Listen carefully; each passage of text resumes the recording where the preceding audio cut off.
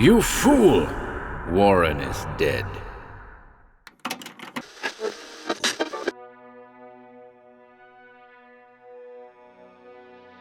Welcome to HorrorBabble. It's been a while since the last one, but I'm pleased to return today with the fifth story in the Dr. Satan series by Paul Ernst. Dr. Satan is the world's weirdest criminal, an immensely wealthy man who has turned to crime to satisfy his longing for thrills. Once more, the deceitful doctor is disturbed by his foe, Ascott Keane, in horror Insured. See the video description for a link to the Dr. Satan playlist. We hope you enjoy this one, folks.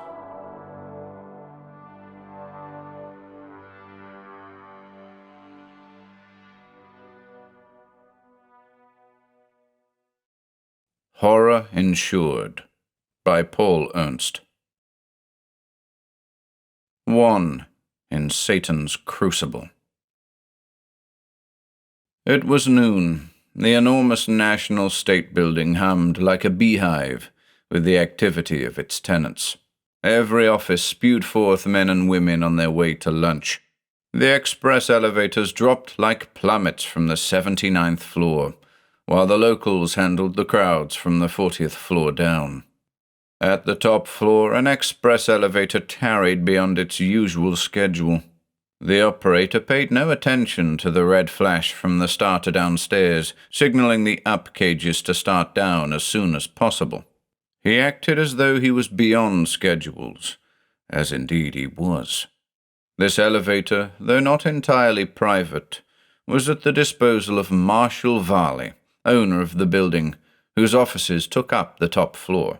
Others could ride in it, but they did so with the understanding that at morning, noon, and evening the elevator waited to carry Varley, whose appearances at his office occurred with time clock regularity. Hence, if the cage waited inactively, those in it knew why, and did not exhibit signs of impatience. There were half a dozen people in the elevator that paused for Varley to ride down. There was an elderly woman, Varley's office manager, and 2 secretaries, and there were 2 big businessmen who had been conferring with Varley and were now waiting to go to lunch with him. The 6 chatted in pairs to one another. The cage waited, with the operator humming a tune. Around them, in the big building, the prosaic business of prosaic people was being done. Nothing farther from the abnormal or horrible could be imagined. Yet terror and death were there, in that cage, with the others. The glass-panelled doors to Varley's office opened. The operator snapped to attention, and those in the cage stopped talking and stared respectfully at the man who came to the cage doors. Varley was a man of 60, grey-haired, with a coarse but kindly face, dominated by a large nose, which his enemies called bulbous. He wore the hat that had made him famous, a blue-grey fedora which he ordered in quantity lots and wore exclusive of all other colors, fabrics, or fashions. "Sorry to keep you waiting, Ed," Varley boomed to one of the 2 businessmen in the cage. "Phone call. Held me up for a few minutes." He stepped into the elevator, nodding to the others. "Let's go," he said to the operator. The cage started down. The express elevators were supposed to fall like a plummet. They made the long drop to the ground in a matter of seconds, normally, and this one started like a plummet. "Damn funny, that phone call I got just before I came out of my office," Varley boomed to the 2 men he was lunching with. "Some joker calling himself a Dr. Satan." He stopped and frowned. "What's wrong with the elevator?" he snapped to the operator. "I don't know, sir," the boy said. He was jerking at the lever.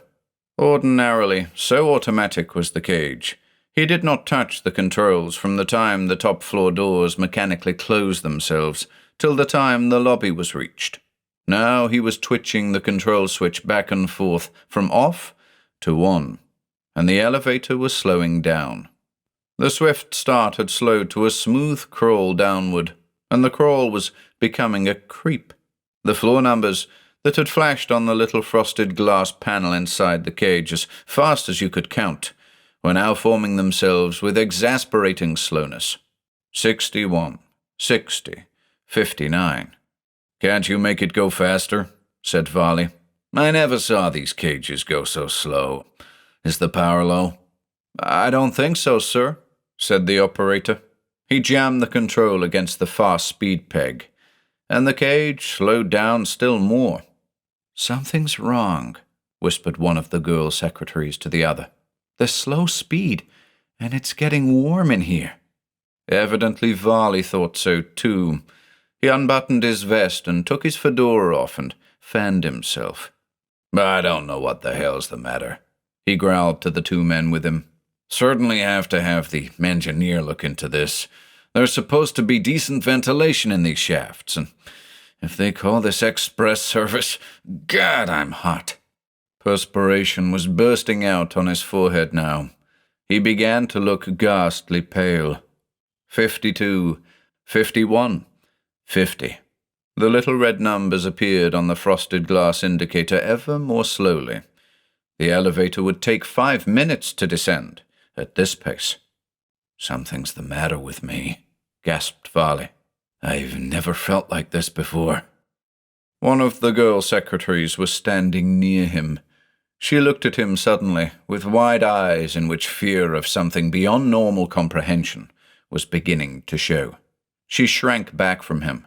"Get this cage down," Varley panted. "I'm sick." The rest looked at each other. All were beginning to feel what the girl who had been nearest him had felt. Heat was beginning to radiate from Varley's corpulent body as if he were a stove. "Good heavens, man," said one of the two businessmen. He laid his hand on Varley's arm, took it away quickly. "Why, you're burning up with fever. What's wrong?" Varley tried to answer, but couldn't. He staggered back against the wall of the cage, leaned there with arms hanging down and lips hanging slack. There was no longer perspiration on his face. It was dry, feverishly dry, and the skin was cracking on his taut, puffed cheeks. "Burning," he gasped. "Burning up." The girl secretary screamed then, and the man who had put his hand on Varley's arm jerked at the operator's shoulder. "For heaven's sake, get this cage down. Mr. Varley's ill." I can't," gasped the boy. "Something's the matter. It never acted like this before." He jerked at the controls, and the elevator did not respond. Slowly, monotonously, it continued its deliberate descent, and abruptly a scream tore from Varley's cracking lips. "Burning! Help me, somebody!" The slowly dropping cage became a thing of horror, a 6-foot square of hell, from which there was no escape because there were no doors opening onto the shaft at the upper levels, and which could not be speeded up because it did not respond to the controls. Screaming with every breath he drew, Varley sank to the floor, and those who might otherwise have tried to help him cowered away from him as far as they could get, for from his body now was radiating heat that made a tiny inferno of the elevator. "God," whispered one of the men. "Look at him. He really is burning up." The heat from Varley's body had become so intense that the others in the cage could hardly stand it. But far worse than their bodily torment was the mental agony of watching the thing that for a week had New York City in a chaos. Varley had stopped screaming now. He lay staring up at the gilded roof of the elevator with frightful, glazing eyes. His chest heaved with efforts to draw breath, heaved, then was still. "He's dead!" shrieked one of the secretaries. "Dead!" Her body fell to the floor of the cage, near Varley's. The elderly woman quietly sagged to her knees, then in a huddled heap in the corner, as her senses fled under the impact of a shock too great to be endured. But the horror that had gripped Varley went on. "Look, look, look!" panted the office manager. But he had no need to pant out the word. The rest were looking all right. They'd have turned their eyes away if they could, but there is a fascination to extremes of horror that makes the will powerless. In every detail, they were forced to see the thing that happened. Varley's dead body was beginning to disappear. The corpulent form of the man who a moment ago had been one of the biggest figures in the nation seemed to have been turned to wax, which was melting and vaporizing. His face was a shapeless mass now, and the flesh of his body seemed to be melting and running together. As it did so, his limbs writhed and twitched as if still imbued with life, writhed and shriveled up. "Burning up," whispered the office manager, his eyes bulging with horror behind their thick lenses. "Melting away, burning up." It was so incredible, so unreal, that it was dreamlike. The cage descended slowly, slowly, like the march of time itself, which no man could hasten. The operator stood like a wooden image at the controls, staring with starting eyes at the heap on the floor, which had been Varley. The two businessmen shrank together, hands to their mouths, gnawing the backs of their hands. The office manager was panting, "Look, look, look," with every breath like a sobbing groan, and Varley was a diminishing, shapeless mass on the floor. "Oh, God, let me out of here!" screamed one of the businessmen. But there was no way out. No doors opened onto the shaft here. All in the cage were doomed to stay and watch the spectacle that would haunt them till they died. On the cage floor there was a blue-gray fedora hat, and a mound of blackened substance that was almost small enough to have been contained in it. 29, 28, 27. The cage descended with its horrible, unchangeable slowness. 25, 24. On the floor was Varley's hat. That was all. The operator was last to go. 11, 10. The red numerals on the frosted glass panel read. Then his inert body joined the senseless forms of the others on the floor. The cage hit the lobby level, smoothly. Marvelous mechanisms devised by man's ingenuity. The doors opened by themselves. Opened and revealed 7 fainting figures around a grey-blue fedora hat. 3 o'clock.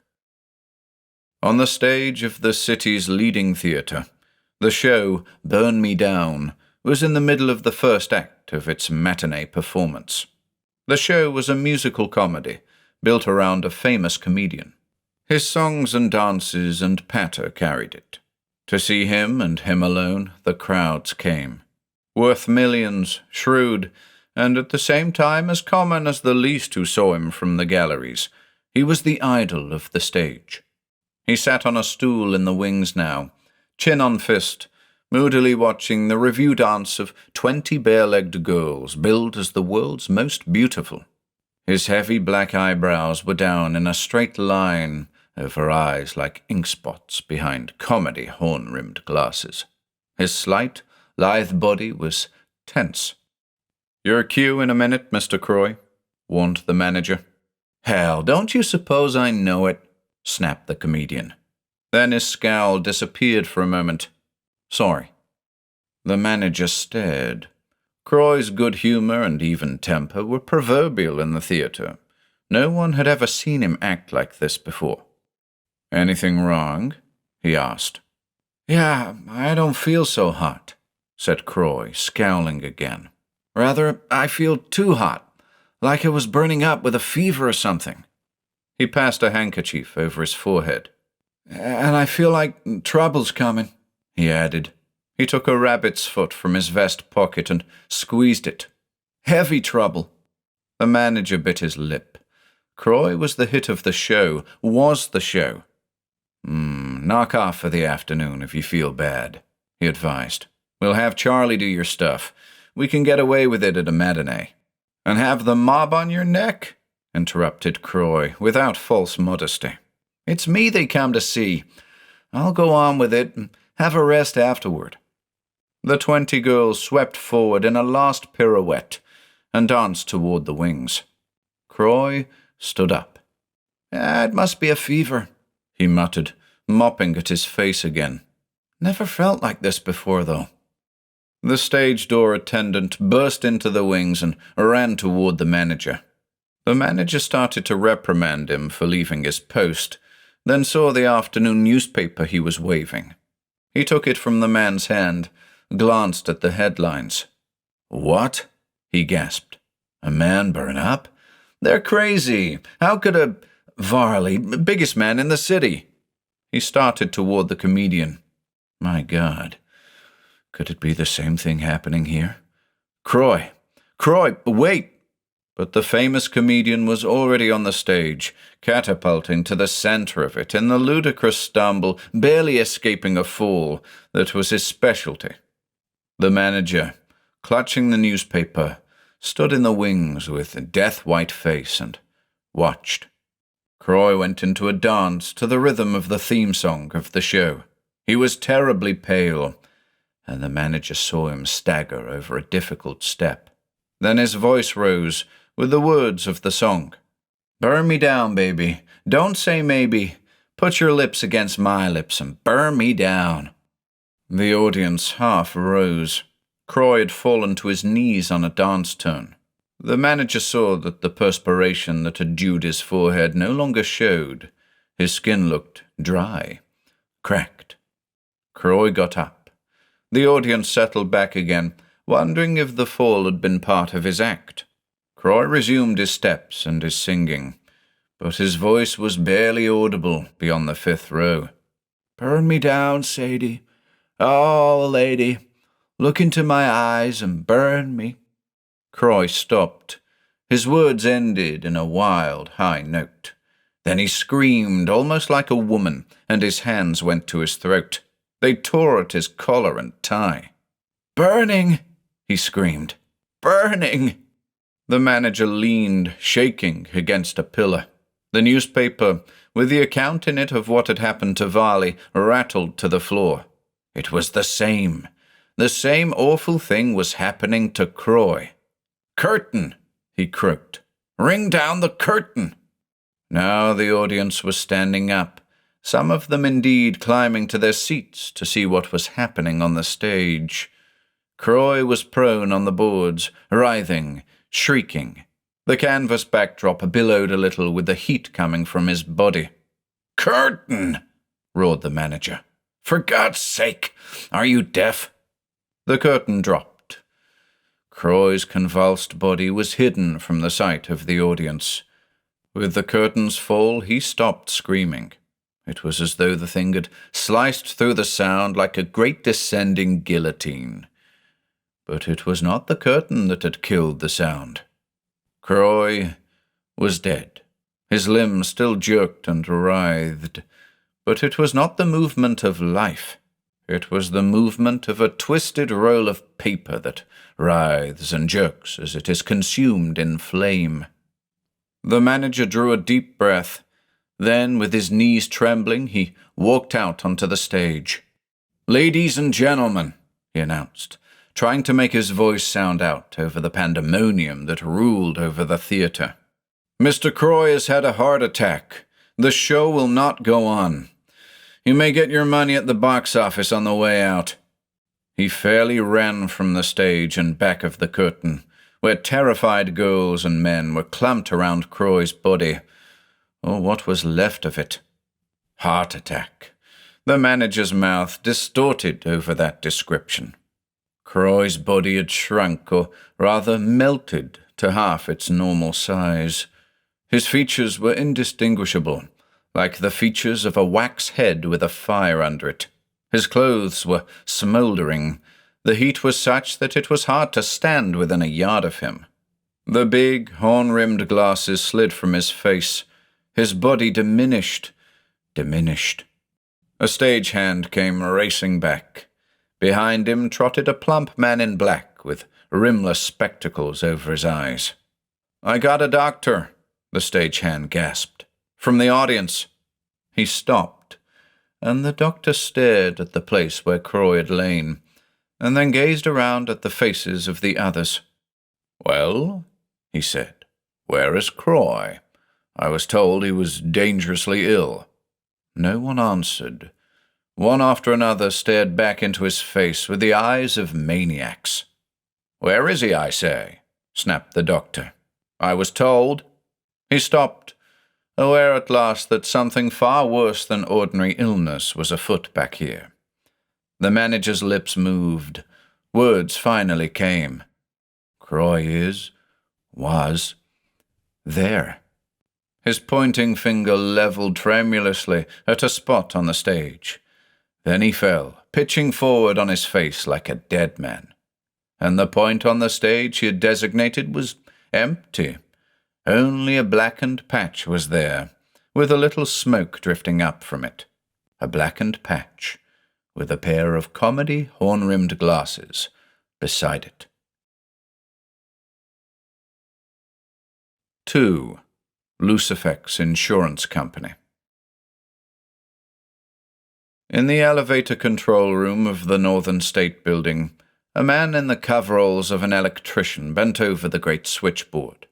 He was examining the automatic control switch of the elevator, in which Varley had ridden down from his top-floor office for the last time in life, had ridden down but never reached the bottom.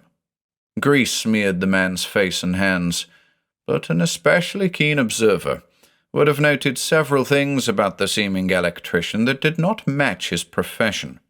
He would have noticed that the man's body was as lithe and muscular as that of a dancer, that his hands were only superficially smeared with grease, and were without calluses, that his fingers were the long, steely strong ones of a great surgeon or musician. Then, if he were one of the very few in New York capable of making the identity, he might have gone further and glanced into the man's steely eyes under coal-black eyebrows, and stared at his patrician nose and strong chin and firm, large mouth, and have named him as Ascott Keane. The building manager stood beside Keane. He had treated Keane as an ordinary electrician, while the building engineer was nearby. Now he gave him the deference due, one of the greatest criminal investigators of all time. "Well, Mr. Keane," he said. "It's about as I thought," Keane said. A device on the order of a big rheostat was placed on the switch circuit. In that way, the descent of the elevator could be slowed as much as the person manipulating the switch desired. But why was the elevator Mr. Varley rode down in made to go slower? Did the slowness have anything to do with his death? No. It had to do only with the spectacle of his death. Keane's face was very grim. His jaw was a hard square. The man who killed Varley wanted to be sure that his death and dissolution were witnessed lingeringly and unmistakably, so that the full terror of it could be brought out. He straightened up, walked toward the door. "You've set an office aside for me?" "Yes, it's next to my own on the 60th floor. But you aren't going to it yet, are you?" "Yes. Why not?" "Well, there might be fingerprints. Whoever tampered with the control board might not have been careful about clues." A mirthless smile appeared on Keane's firm lips. "Fingerprints? My dear sir, you don't know Dr. Satan, I'm afraid." "Dr. Satan?" The building manager clenched his hands excitedly. "Then you already know about the phone call to Mr. Varley just before he died." "No," said Keane. "I don't." "But you named the man who called." "Only because I know who did this. Have known since I first heard of it. Not from any proofs I found or will ever find. Tell me about the phone call." "There isn't much. I'd hardly thought of it till you spoke of a Dr. Satan. Varley was leaving his office for lunch when his telephone rang. I was in his office about a lease, and I couldn't help hearing a little of it. His words, that is. I gathered that somebody calling himself Dr. Satan was talking to Varley about insurance." "Insurance?" "Yes. though what a physician should be doing selling insurance, I couldn't say. Dr. Satan is not exactly a physician, Keane interrupted dryly. Go on. That's all there is to tell. The man at the other end of the wire, calling himself Dr. Satan, seemed to want to insist that Varley take out some sort of insurance, till finally Varley just hung up on him. He turned to me and said something about being called by cranks and nuts and went out to the elevator. Keane walked from the control room with the building manager beside him. He went to the elevator shafts. 60, he said to the operator. In the elevator, he became the humble workman again. The manager treated him as such. When you're through with the faulty wiring in 60, come to my office, he said. Keane nodded respectfully, then got out at the 60th floor. A suite of 2 large offices had been set aside for him. There was a door through a regular anteroom and a smaller, private entrance leading directly into the rear of the 2 offices. Keane went through the private entrance. A girl seated beside a flat-top desk got up. She was tall, quietly lovely, with dark blue eyes and copper-brown hair. This was Beatrice Dale, Keane's more-than secretary. Visitors, said Keane as she handed a calling card to him. She nodded.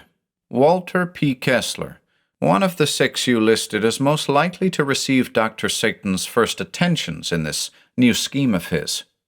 Keane was running a towel over his face, taking off the grease, which was not grease but dark-colored soap. He took off the electrician's coveralls, emerging in a perfectly tailored blue serge suit, complete save for his coat. The coat he took from a closet, shrugging into it as he approached the desk and sat down. What did you find out, Ascott? Said Beatrice. Her face was pale, but her voice was calm, controlled. She had worked with Keane long enough to know how to face the horrors devised by Dr. Satan calmly, if not fearlessly. From the control room? Said Keane. Nothing. The elevator was slowed simply to make the tragic end of Varley more spectacular. And there is Dr. Satan's autograph, the spectacular. All of his plans are marked by it. But you found out nothing of the nature of his plans? I got a hint. It's an insurance project. Insurance? Keane smiled. There was no humor in the smile. There had been no humor in his smiles or in his soul since he had first met Dr. Satan, and there would be none till finally, somehow, he overcame the diabolical person who, already wealthy beyond the hopes of the average man, was amusing himself by gathering more wealth in a series of crimes as weird as they were inhuman. Yes, insurance. Sending Kessler, Beatrice. The girl bit her lip. Keane had told her nothing, and the fact that she was burning to know what scraps of information he had picked up showed in her face, but she turned obediently and went to the door leading into the front office. She came back in a moment with a man who was so anxious to get in that he almost trod on her heels. The man, Walter P. Kessler, was twisting a felt hat to ruins in his desperate fingers, and his brown eyes were like the eyes of a horrified animal as he strode toward Keane's desk. Keane? He paused, looked at the girl, gazed around the office. I still can't quite understand this. I've known you for years as a rich man's son who never worked in his life and knew nothing but polo and first editions. Now they tell me you're the only man in the world who can help me in my trouble. If your trouble has to do with Dr. Satan, and of course it has, I may be able to help, said Keane. As for the polo and first editions, it is helpful in my hobby of criminology to be known as an idler. You will be asked to keep my real activities hidden. Of course, gasped Kessler. And if ever I can do anything for you in return for your help now. Keane waved his hand.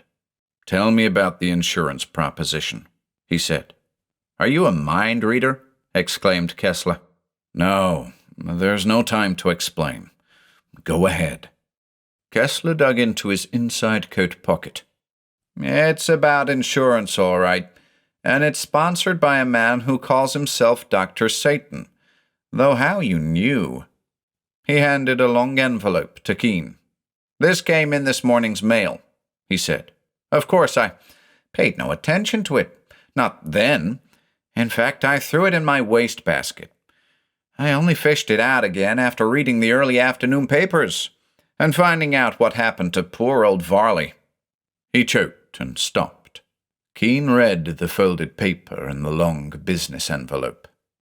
Mr. Kessler, you are privileged, among a few others in New York City, to be among the first to be invited to participate in a new type of insurance plan recently organized by me. The insurance will be taken out against an emotion instead of a tangible menace. That emotion is horror. In a word, I propose to insure you against feeling horror. The premium for this benevolent insurance is $750,000. If the premium is not paid, you will be subjected to a rather unpleasant feeling of horror concerning something that may happen to you. That something is death, but death in a new form. If you do not choose to take out my horror insurance, you shall burn in slow fire till you are utterly consumed. It may be next month or next year. It may be tomorrow. It may be in the privacy of your room or among crowds. Read in this afternoon's paper of what will shortly happen to two of the town's leading citizens. Then decide whether or not the premium payment asked is not a small price to pay for allaying the horror the reading of their fates will inspire in you. Signed, Dr. Satan. Keane tapped the letter against his palm. Horror insurance, he murmured. I can see Dr. Satan's devilish smile as he coined that phrase. I can hear his chuckle as he invites you to take out a policy. Well, are you going to pay it? Kessler's shudder rattled the chair he sat in. Certainly. Am I mad that I should refuse to pay after reading what happened to Varley and Croy? Burned alive, reduced to a shapeless little residue of consumed flesh, and then to nothingness. Certainly I'll pay. Then why did you come to me? To see if we couldn't outwit this Dr. Satan in future moves. What's to keep him from demanding a sum like that every year as the price of my safety? Or every month, for that matter? Nothing, said Keane. Kessler's hand clenched the chair arm. That's it. I'll have to pay this one, because I daren't defy the man till some sort of scheme is set in motion against him. But I want you to track him down before another demand is presented. I'll give you $1 million if you succeed. $2 million. The look on Keane's face stopped him. My friend, said Keane, I'd double your $2 million personally if I could step out and destroy this man now before he does more horrible things. He stood up. How were you instructed to pay the premium? For a moment, Kessler looked less panic-stricken. A flash of the grim will that had enabled him to build up his great fortune showed in his face. I was instructed to pay it in a way that may trip our Dr. Satan up, he said. I am to write 10 checks of $75,000 each, payable to the Lucifex Insurance Company. These checks I'm to bring to this building tonight. From the north side of the building I will find a silver skull dangling from a wire leading down the building wall. I am to put the checks in the skull. It will be drawn up and the checks taken by someone in some room up in the building. His jaw squared. That ought to be our chance, Keane. We can have men scattered throughout the National State Building. Keane shook his head. In the first place, you'd have to have an army here. There are 79 floors, Kessler. Satan's man may be in any room on any of the 79 floors on the north side of the building. Or he may be on the roof. In the second place, expecting to catch a criminal like Dr. Satan in so obvious a manner is like expecting to catch a fox in a butterfly net. He probably won't be within miles of this building tonight, and you can depend on it that his man, who is to draw up the skull with the checks in it, won't be in any position where he can be caught by the police or private detectives. Kessler's panic returned in full force. He clawed at Keane's arm. "What can we do, then?" he babbled. "What can we do?" "I don't know yet," admitted Keane. "But we've got till tonight to figure out a plan. You come to the building as instructed, with the checks to put in the skull. By then I'll have weapons with which to fight." His lips twisted. "The Lucifex Insurance Company." 3. Stroke and Counterstroke. The National State Building is situated on a slanting plot in New York City. The first floor on the lower side is like a cavern, dark, with practically no light coming in the windows from the canyon of a street. Near the center of that side was an unobtrusive small shop with Lucian photographic supplies lettered on it. The window was clean-looking, yet it was strangely opaque. Had a person looked at it observantly, he would have noticed with some bewilderment that while nothing seemed to obstruct vision, he still could not see what was going on behind it. But there are few really observant eyes, and in any event there was nothing about the obscure place to attract attention. At the back of the shop there was a large room completely sealed against light. On the door was the sign, "Developing Room." Inside the light-proof room the only illumination came from 2 red light bulbs, like and yet strangely unlike the lights used in developing rooms. But the activities in the room had nothing to do with developing pictures. In one corner were 2 figures that seemed to have stepped out of a nightmare. One was a monkey-like little man with a hair-covered face from which glinted bright, cruel eyes. The other was a legless giant who swung his great torso when he moved on arms as thick as most men's thighs. Both were watching a third figure in the room, more bizarre than either of them. The third figure bent over a bench. It was tall, spare, and draped from throat to ankles in a blood-red robe. Red rubber gloves were drawn over its hands. The face was covered by a red mask, which concealed every feature save the eyes, which were like black, live coals peering through the eye-holes. A skull-cap fitted tightly over the head, and from this, in sardonic imitation of the fiend he pretended to be, were 2 projections like horns. Dr. Satan stared broodingly at the things on the bench which were engaging his attention. These, innocent enough in appearance, still had in them somehow a suggestion of something weird and grotesque. They were little dolls about 8 inches high. The sheen of their astonishingly lifelike faces suggested that they were made of wax, and they were so amazingly well sculptured that a glimpse revealed their likeness to living persons.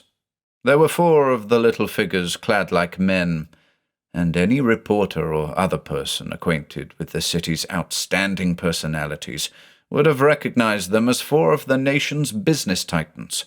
One of them was Walter P. Kessler.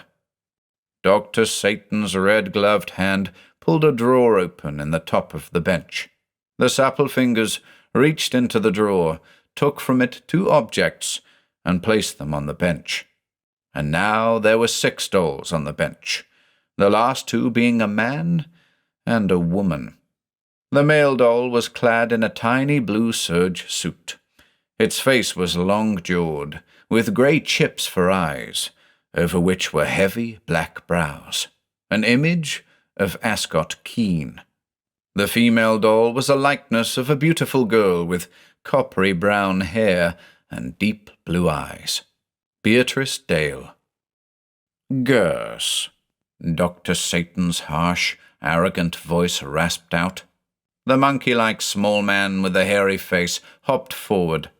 "The plate," said Dr. Satan. Gus brought him a thick iron plate, which Dr. Satan set upon the bench. On the plate were 2 small, dark patches, discolorations obviously made by the heat of something being burned there. The two little discolorations were all that was left of two little dolls that had been moulded in the image of Marshall Varley and the comedian Croy. Dr. Satan placed the two dolls on the plate that he had taken from the drawer, the likenesses of Beatrice Dale and Ascott Keane. "Kessler went to Keane," Dr. Satan rasped, the red mask over his face stirring angrily. "We shall tend to Kessler after he is paid tonight. We shall not wait that long to care for Keane and the girl." Two wires trailed over the bench from a wall socket. His red-gloved fingers twisted the wires to terminals set into the iron plate. The plate began to heat up. "Keane has proved himself an unexpectedly competent adversary," Satan's voice droned out.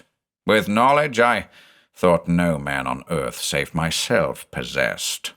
We'll see if he can escape this fate and avoid becoming, with his precious secretary, as Varley and Croy became." Small waves of heat began to shimmer up from the iron plate.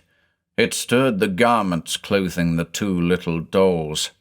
Dr. Satan's glittering eyes burned down on the mannequins.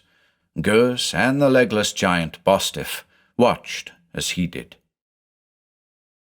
59 stories above the pseudo-developing shop, Keane smiled soberly at Beatrice Dale. "I ought to fire you," he said. "Why on earth?" she gasped. "Because you're such a valuable right-hand man, and because you're such a fine person." "Oh," Beatrice murmured. "I see. More fears for my safety?" "More fears for your safety," nodded Keane. "Dr. Satan is out for your life as well as mine, my dear, and—" "We've had this out many times before," Beatrice interrupted, "and the answer is still, no, I refuse to be fired, Ascott. Sorry." There was a glint in Keane's steel-grey eyes that had nothing to do with business, but he didn't express his emotions. Beatrice watched his lips part with a breathless stirring in her heart. She had been waiting for some such expression for a long time. But Keane only said, "So be it. You're a brave person. I oughtn't to allow you to risk your life in this private, deadly war that no one knows about but us, but I can't seem to make you desert, so—" "So that's that," said Beatrice crisply. "Have you decided how you'll move against Dr. Satan tonight?" Keane nodded. "I made my plans when I first located him." "You know where he is?" said Beatrice in amazement. "I do." "How did you find it out?" "I didn't. I thought it out. Dr. Satan seems to have ways of knowing where I am. He must know I've located here in the National State Building. The obvious thing for him to do would be to conceal himself on the other side of town. So, that being the expected thing, what would a person as clever as he is do?" Beatrice nodded. "I see. Of course, he'd be right here in this building." "But you told Kessler he was probably miles away," said Beatrice. "I did, because I knew Kessler's character. If he knew the man who threatened him was in the building, he'd try to do something like organizing a raid. Fancy a police raid against Dr. Satan. So I lied and said he was probably a long distance off." Keane sighed. "I'm afraid the lie was valueless. I can foretell pretty precisely what Kessler will do. He will have an army of men scattered through the building tonight, in spite of what I said. He will attempt to trace Dr. Satan through collection of the checks, and he will die." Beatrice shuddered. "By burning? What a horrible way to—" She stopped. "What is it?" said Keane urgently, at the strained expression that suddenly molded her face. "Nothing, I guess," replied Beatrice slowly. "Power of suggestion, I suppose. When I said burning, I seemed to feel hot all over myself." Keane sprang from his chair. "My God, why didn't you tell me at once? He stopped too, and his eyes narrowed to steely slits in his rugged face. Perspiration was studding his own forehead now. "It's come," he said. "The attack on us by Satan. But it wasn't wholly unexpected. The suitcase in the corner. Get it and open it. Quickly." Beatrice started toward the suitcase, but stopped and pressed her hands to her cheeks. "Ascott, I'm burning up. Get that suitcase." Keane sprang to the desk and opened the wide lower drawer. He took a paper-wrapped parcel from it, ripped it open. An odd array was disclosed. 2 pairs of things like cloth slippers, 2 pairs of badly proportioned gloves, 2 small rounded sacks. Beatrice was struggling with the snaps on the suitcase. Both were breathing heavily now, dragging their arms as if they weighed tons. "Ascott, I can't stand it.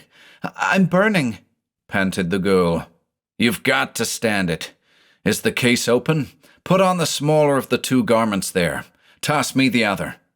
The garments in question were 2 suits of unguessable material that were designed to fit tightly over a human body, an unclothed human body. Beatrice tossed the larger of the 2 to Keane, who was divesting himself of his outer garments with rapid fingers. "Ascott, I can't change into this here before—" "Damn modesty," grated Keane. "Get into those things, you hear? Quickly!" Both were no longer perspiring.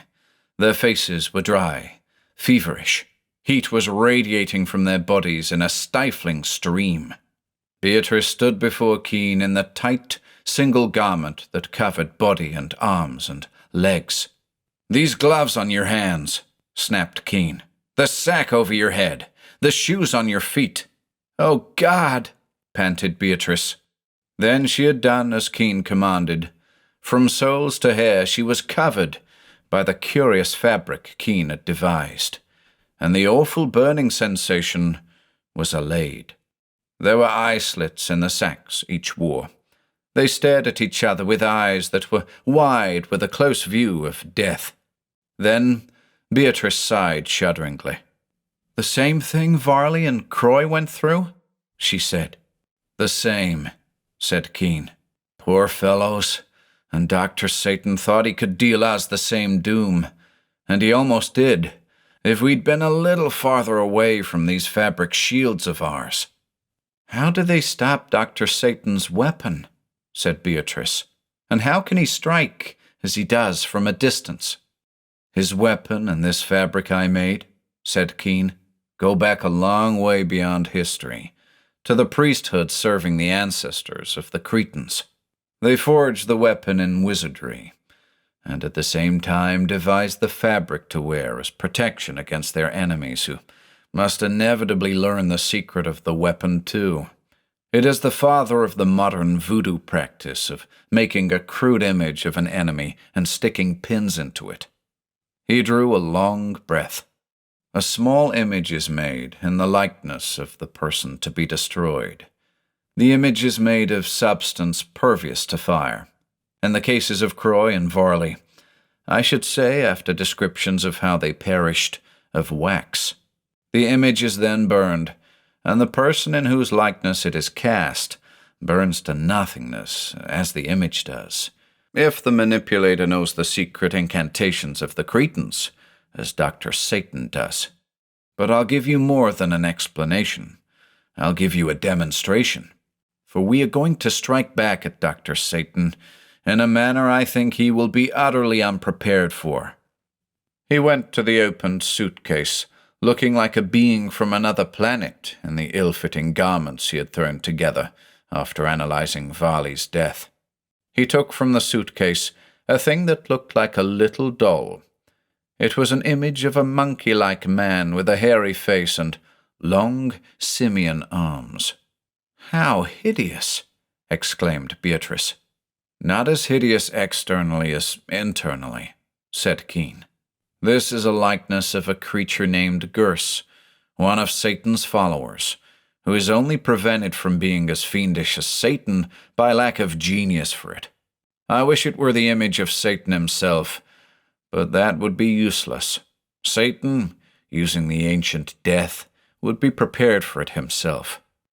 "It's made of wax?" said Beatrice, understanding and awe beginning to glint in her eyes. "Made of wax," Keane nodded.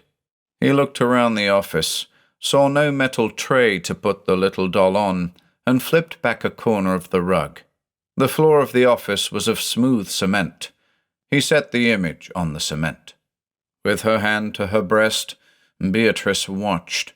The proceeding, seeming inconsequential in itself, had an air of deadliness about it that stopped the breath in her throat. Keane looked around the office again, then strode to the clothes he and Beatrice had flung to the floor in their haste a moment ago. "Sorry," he said, taking her garments with his own and piling them on the cement. "We'll have to send down to Fifth Avenue for more clothes to be brought here. I need these now." On the pile of cloth, he placed the image of Gers. Then he touched a match to the fabric. In the developing room, Dr. Satan fairly spat his rage as he stared at the two wax dolls on the red-hot iron plate. The dolls were not burning, defying all the laws of physics and, as far as Satan knew, of wizardry. The waxen images were standing unharmed on the metal that should have consumed them utterly. "Damn him!" Dr. Satan rasped, gloved hands clenching. "Damn him! He has escaped again. Though how?" He heard breathing begin to sound stertorously beside him. His eyes suddenly widened with incredulity behind the eye holes in his mask. He whirled. Gers was staring at him with frenzy and horror in his cruel little eyes. The breath was tearing from his corded throat as though each would be his last. "Master," he gasped imploringly. "Dr. Satan, stop!" The skin on his face and hands, dry and feverish-looking, suddenly began to crack. "Stop the burning!" he pleaded in a shrill scream. But Dr. Satan could only clench his hands and curse raspingly, impotently. He had never dreamed of such a possibility, was utterly unprepared for it. Gers shrieked again and fell to the floor. Then his screams stopped. He was dead, but his body moved on, jerking and twisting as a tight-rolled bit of paper twists and jerks in consuming fire. "Keane," whispered Dr. Satan, staring at the floor where a discolored spot was all that remained of his follower. His eyes were frightful. "By the devil, my master, he'll pay for that 1,000 times over." 4. The Screaming Three. At 12:30 that night, a solitary figure walked along the north side of the National State Building. The north side was the one the Lucian Photographic Supply Shop faced on, the side street. It was deserted, save for the lone man. The man slowed his pace as he saw a shining object hanging from the building wall about waist-high, a few yards ahead of him. He clenched his hands, then took out his handkerchief and wiped his forehead. The man was Walter P. Kessler, and the flourish of the white handkerchief in the dimness of the street was a signal. Across the street, 4 floors up in a warehouse, a man with a private detective's badge in his pocket put a pair of binoculars to his eyes. He watched Kessler, saw the shining object he was approaching, and nodded. Kessler drew from his pocket an unaddressed envelope. In it were 10 checks made out to the Lucifex Insurance Company. He grasped the receptacle for the checks in his left hand. The receptacle was a cleverly molded skull of silver, about 2/3 life-size. There was a hole in the top of it.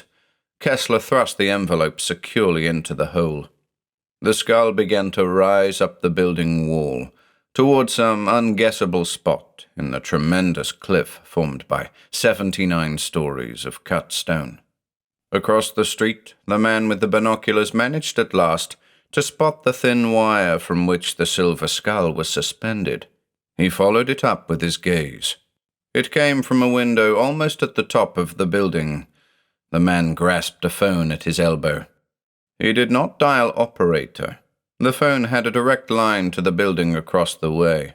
He simply picked up the receiver and said softly, 72nd floor, 18th window from the east wall. Hop it. In the National State Building, a man at an improvised switchboard on the ground floor turned to another. 72nd floor, 18th window from the east. Get everybody. The second man ran toward the night elevator. He went from floor to floor. At each floor he opened the door and signaled, and on each floor 2 men who had been watching the corridors along the north side ran silently toward the other local elevators, which had shaft doors on every floor all the way up to the top. At the same time, a third man at the stairs drew his gun as he prepared to guard more carefully yet the staircase, rarely used, threading up beside the shafts. And on the ground floor, within 50 yards of the man at the switchboard, a chuckle came from the masked lips of a red-robed figure who stood straight and tall in a red-lit room. Across the street, the man with the binoculars suddenly picked up the phone again. Damn it, they tricked us. Somebody took the money in on the 63rd floor. Changed orders vibrated through the great building, and the red-robed figure in the room at the heart of the maze chuckled again and moved toward the bench. Dr. Satan picked up one of the dolls remaining there. It was the image of Kessler. He placed it on the iron plate, which was already heated by the wires trailing from the socket. He watched the little doll broodingly. It writhed and twisted as the heat melted its wax feet. It fell to the plate, and from the street, far away, sounded a horrible scream. Dr. Satan's head jerked back as if the shriek were music to his ears. Then, once more, his hissing chuckle sounded out. For disobeying commands, my friend, he muttered, but I knew you'd be obstinate enough to try it. He stopped. For a second he stood as rigid as a statue swathed in red. Then, slowly he turned, and in his coal-black blazing eyes was fury and fear. There was an inner door to the developing room, but the door was locked, and it still stood locked. It had not been touched. Neither had the outer door. Yet in that room with the red-robed figure was another figure now, that of Ascott Keane. He stood as rigid as Dr. Satan himself, and stared at his adversary out of steel-gray, level eyes. "It seems we're alone," Keane said slowly. "Bastiff, I suppose, is retrieving the money from Kessler. And Gers, where is he?" Dr. Satan's snarl was the only answer. He moved toward Keane, red-swathed hands clenching as he came. Keane stood his ground. Satan stopped. "How?" he grated. "Surely you do not need to ask that," said Keane. "You must have penetrated the secret of transferring substance, including your own, from one place to another by sheer power of thought." "I have not," rasped Dr. Satan. "Nor have you." Keane shrugged. "I am here. You discovered my hiding place and hid here while I was out, a short time ago." Keane's smile was a deadly thing. "Perhaps I did. Perhaps not. You can provide your own answer. The only thing of importance is that I am here." "And she'll stay here," Dr. Satan's harsh voice rang out. The fear was fading from his eyes and leaving only fury there. "You have interfered in my plans once too often, Keane." As he spoke, he raised his right hand with a thumb and forefinger forming an odd, eerie angle. "Out of the everywhere, into the here," he quoted softly. "I have servants more powerful than Gers, whom you destroyed, Ascott Keane. One comes now, to your own destruction." As he spoke, a strange tensity seized the air of the dim room. Keane paled a little at the blaze and the coal-black eyes. Then he stared suddenly at a spot in thin air to Dr. Satan's right. Something was happening there. The air was shimmering as though it danced over an open fire. It wavered, grew misty, swayed in a sinuous column. "Out of the everywhere, into the here." Dr. Satan's voice was harsh with final triumph. "The old legends had a basis, Keane. The tales of dragons. There was such a thing, is such a thing. Only the creations the ancients called dragons do not ordinarily roam the earth in visible form." The sinuous, misty column at the right of the red-robed form was materializing into a thing to stagger a man's reason. Keane found himself gazing at a shimmering figure that looked like a great lizard, save that it was larger than any lizard, and had smaller legs. It was almost like a snake with legs, but it was a snake 2 feet through at its thickest part, and only about 14 feet long, which is not typical serpentine proportion.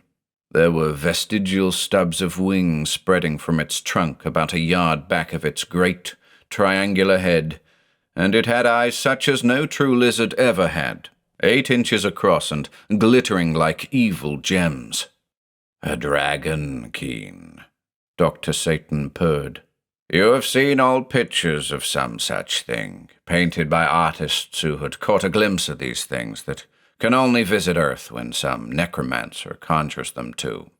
A mythical creature, Keane, but you shall feel how mythical it is when it attacks you." A hiss sounded in the dim room. The serpentine form was so solidly materialized now that it could scarcely be seen through, and in a few more seconds it was opaque and weighty. The floor quivered a little as it moved toward Keane. Its great, gem-like eyes glinted like colored glass as it advanced, foot by foot, on the man who had pitted himself against Dr. Satan till the death of one of them should end the bitter war. But Keane did not move. He stood with shoulders squared and arms at his sides, facing the red-robed form. "Out of the everywhere, into the here," he murmured. His lips were pale, but his voice was calm. "There is another saying, Dr. Satan. It is a little different. Out of the hereafter, into the here." The unbelievable thing Dr. Satan had called into being in the midst of a city that would have scoffed at the idea of its existence suddenly halted its slow, deadly approach toward Keane. Its hiss sounded again, and it raised a taloned foot and clawed the thin air in a direction to Keane's left. It retreated a step, slinking low to the floor, its talons and scales rattling on the smooth cement. It seemed to see something beyond the reach of mortal eyes. But in a moment the things it saw were perceptible to the eyes of the two men too, and as Dr. Satan saw them, an imprecation came from his masked lips. 3 figures, distorted, horrible yet familiar. 3 things like statues of mist that became less misty and more solid-seeming by the second. 3 men who writhed as though in mortal torment, and whose lips jerked with soundless shrieks, which gradually became not entirely soundless, but came to the ears of Satan and Keane like far-off cries dimly heard. And the 3 were Varley and Croy and Kessler. A gasp came from Dr. Satan's concealed lips. He shrank back, even as the monstrosity he had called into earthly being shrank back. "Out of the hereafter, into the here," Keane said softly. "These 3 you killed, Dr. Satan. They will now kill you." Varley and Croy and Kessler advanced on the red-robed form. As they came, they screamed with the pain of burning, and their blackened hands advanced, with fingers flexed, toward Satan. Such hatred was in their dead, glazed eyes that waves of it seemed to surge about the room like a river in flood. "They're shades," panted Dr. Satan. "They're not real. They can't actually do harm. You will see how real they are when they attack you." Keane paraphrased Satan's words. The three screaming figures converged on Dr. Satan. From death they had come, and before them was the man who had sent them to death. Their eyes were wells of fury and despair. "My God," whispered Dr. Satan, cowering, and the words, though far from lightly uttered, seemed doubly blasphemous coming from the lips under the diabolical red mask. The hissing of the dragon thing he had called into existence was inaudible. Its form was hardly to be seen. It was fleeing back into whatever realm it had come from. But the screaming three were advancing ever farther into our earthly plane as they crept toward the cowering body of Dr. Satan. "My God!" Satan cried. "Not that. Not deliverance into the hands of those The three leaped, and Keane, with his face white as death at the horror he was witnessing, knew that the fight between him and the incarnate evil known as Dr. Satan was to end in this room. The three leaped, and the red-robed figure went down. There was a thunderous battering at the door, and the bellow of men outside. "Open up, in the name of the law!" Keane cried out, as though knife blades had been thrust under his nails. Dr. Satan screamed and thrust away from the three furies, while the three themselves mouthed and swayed like birds of prey in indecision over a field in which hunters bristle suddenly. "Open this door," the voice thundered again. "We know there's somebody in here." The shock of the change from the occult and unreal back to prosaic living was like the shock of being rudely waked from sound sleep when one has walked to the brink of a cliff and opens dazed eyes to stare at destruction. The introduction of such a thing as police into a scene where two men were evoking powers beyond the ability of the average mortal even to comprehend was like the insertion of an iron club into the intricate and fragile mechanism of a radio transmitting station. Keane literally staggered. Then he shouted, "For God's sake, get away from that door!" "Open up, or we'll break in," the bellowing voice overrode his own. Keane cursed and turned. The three revengeful forces he had evoked for the destruction of Dr. Satan were gone, shattered into non-existence again with the advance of the prosaic. And Dr. Satan? Keane got one glimpse of a torn red robe with clots of deeper crimson on its arm, as the man slid through the inner door of the room and out to God knew where. Some retreat he had prepared in advance, no doubt. And then the door crashed down, and the men Kessler had stubbornly and ruinously retained in his fight with Dr. Satan burst in. They charged toward Keane. "You're under arrest for extortion," the leader, a bull-necked man with a gun in his hand, roared out. "We traced the guy that took the dough from the skull here, before we lost him." Keane only looked at him, and at something in his stare, though the detective did not know him from Adam, he wilted a little. "Stick out your hands while I handcuff you," he tried to bluster. Then the manager of the building ran in. "Did you get him?" he called to the detective. "Was he in here?" He saw the man the detective proposed to handcuff. "Keane, what has happened?" "Dr. Satan has escaped," said Keane. "That's what has happened. I had him." He held his hand out and slowly closed it. "Like that." Then these well-intentioned blunderers broke in and... His voice broke. His shoulders sagged. He stared at the door through which the red-robed figure had gone. Then his body straightened, and his eyes grew calm again, though they were bleak with a weariness going far beyond physical fatigue. "Gone," he said, more to himself than to anyone in the red-lit room. "But I'll find him again, and next time I'll fight him in some place where no outside interference can save him."